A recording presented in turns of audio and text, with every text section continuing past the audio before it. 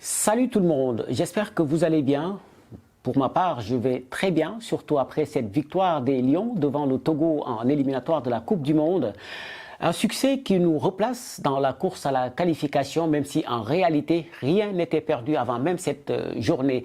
Le Sénégal revient à un point du leader, la République démocratique du Congo, qui est allée battre la Mauritanie chez elle 2-0. Au même moment, le Soudan, qui était leader avant cette sixième journée, s'est fait accrocher par son voisin, le Soudan du Sud, un but partout. Les Lions qui donc gagnent 2-0 pour se relancer avec une finale en perspective au mois de septembre face à la République démocratique du Congo. Vous devinerez aisément que je vais parler justement de ce match entre le Sénégal et le Togo. Mais cette fois, je ne parle pas d'un fait de jeu, pas de quelque chose qui s'est passé sur le terrain, mais qui s'est passé en dehors du terrain, en zone mixte, beaucoup plus précisément. Et pour le comprendre, tendez bien l'oreille, je vous propose le capitaine des Lions, Kalidou Koulibaly, et après on en discute. Les gens sont entre guillemets contents quand on fait des mauvaises performances, mais nous on est une grande équipe. On est une grande équipe, on l'a montré, tous les Sénégalais sont derrière nous et ça je les remercie parce qu'aujourd'hui ils sont beaucoup mobilisés. Aujourd'hui on essaie de faire plaisir au Sénégal et on l'a fait, donc alhamdoulilah. Et voilà, vous avez écouté le capitaine Kalidou Koulibaly et je suis sûr à 90% pour ne pas exagérer que beaucoup parmi vous n'ont pas prêté attention à ce que le joueur a dit au début de son intervention. On va camper le décor, c'est pas pour semer la polémique, mais c'est un petit détail qui a toute son importance. En somme, Kalidou Koulibaly affirme que certains sont contents lorsque l'équipe produit une contre-performance. Une petite déception quand même dans la communication du capitaine. Et je lui dis que Kalidou, vous avez totalement tort. Si les gens critiquent cette équipe, c'est parce qu'ils veulent l'avoir dans l'excellence. Normalement, vous êtes une équipe nationale et une équipe nationale, c'est une représentation de l'excellence du football d'un pays. Et si les gens vous critiquent, prenez surtout le côté positif, le côté constructif d'une critique. C'est juste parce que les gens ont cette passion pour la victoire, cette passion pour les Lions, cette passion que vous avez semée, cette passion qui a été engendrée par les performances que vous avez réalisées ces dernières années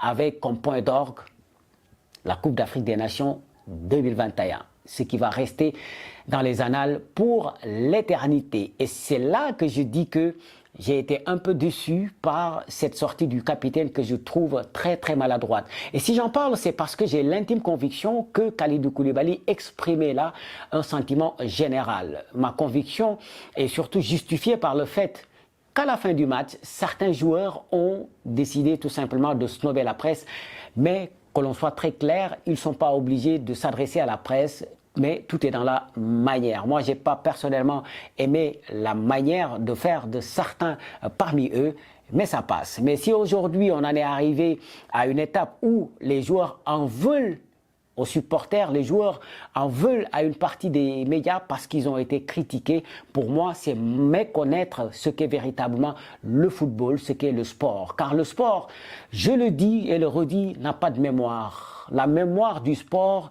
c'est inscrit dans les annales et les annales retiendront que vous nous avez offert une étoile continentale, la première de l'histoire du football. Le football, ce n'est pas la raison, c'est la passion. Et la passion, elle juge à l'instant T. Elle a une mémoire très très courte. Ce qui s'est passé il y a 3-4 ans, c'est déjà oublié. On vit les performances du présent. Et le présent, c'est cette incertitude que vous avez cultivée après le match nul contre le Soudan et après cette victoire contre le Togo, même si je vous dis félicitations, on ne retient que les 3 points qui nous replacent dans la course à la qualification. Mais aujourd'hui, on est en droit de se poser la question par rapport à l'avenir de cette équipe. Vous-même, vous avez reconnu que la première mi-temps, surtout si on prend cette référence contre le Togo, a été catastrophique. Autant, moi, je retiens que le match contre le Soudan n'est pas à jeter à la poubelle. on gagne un point, c'est toujours difficile de voyager en Afrique, mais je vous trouve quand même des circonstances atténuantes, même si ce n'est pas une excuse pour justifier le match nul. Et les circonstances atténuantes, c'était quoi? Le voyage, c'était très court. Il y a le ramadan, mais surtout la qualité de la pelouse qui ne favorisait pas un bon jeu. Parce que au sortir de ce match, le Sénégal rentrait à la maison avec les 3 points et un score fleuve, on n'aurait rien à dire parce qu'il y avait de la place pour le faire. Mais c'est surtout l'inquiétude laissée par cette victoire contre le Togo, même si on prend les 3 points. Une équipe qui n'est pas capable d'emballer un match, une équipe, disons, sans âme. On n'a pas reconnu, même vous-même les footballeurs, vous avez été honnête après pour reconnaître que c'est pas l'équipe sénégalaise qu'on attendait dans ce match à domicile. Donc, j'ai du mal un peu à comprendre le fait que vous n'acceptiez pas les critiques au sortir de ces matchs. J'ose espérer, il reste encore du temps, que d'ici septembre, l'équipe retrouvera une âme qui nous permettrait de dire que voilà l'équipe du Sénégal dont on rêve, l'équipe qui est à la mesure de nous apporter la Coupe d'Afrique comme en 2022. Mais ce que vous avez montré dans ces matchs, pour moi, ce n'est pas digne d'une équipe de Coupe du Monde, ce n'est pas digne même d'une équipe de Coupe d'Afrique. Je garde encore espoir que ça va venir, mais il va falloir aussi que vous le travaillez, il va falloir aider le coach. Je sais, les critiques, parfois, ça fait mal. Il y a des critiques qui ne sont pas justifiées, mais il faut quand même les accepter, encaisser et faire en sorte qu'au prochain match, que les gens n'aient pas du crin à moudre pour se dire que les critiques vont passer. Moi, je comprends le côté positif et pour le reste, vous êtes assez expérimenté pour savoir que un supporter laisse toujours parler sa passion. Même dans vos clubs, ça se passe comme ça, avec vos dirigeants. Une fois que vous ne serez plus aussi productif qu'avant, ils vont vous trouver une porte de sortie, ils vont vous pousser à la sortie. C'est ça la carrière d'un footballeur. Ce que je n'accepte pas chez les supporters, quelque part, c'est cet acharnement, notamment contre Sadio Mané. C'est vrai, il a pris de l'âge, on ne va plus retrouver le Sadio Mané d'il y a 2-3 ans derrière, mais quand on regarde un peu le match qu'il nous produit, il fait beaucoup pour cette équipe encore, vu son âge, et à l'entraîneur aussi de l'aider. Je sais que beaucoup de gens ne seront pas d'accord avec moi et j'aurais bien aimé faire une vidéo sur surtout la prestation de Sadio Mané contre le Togo.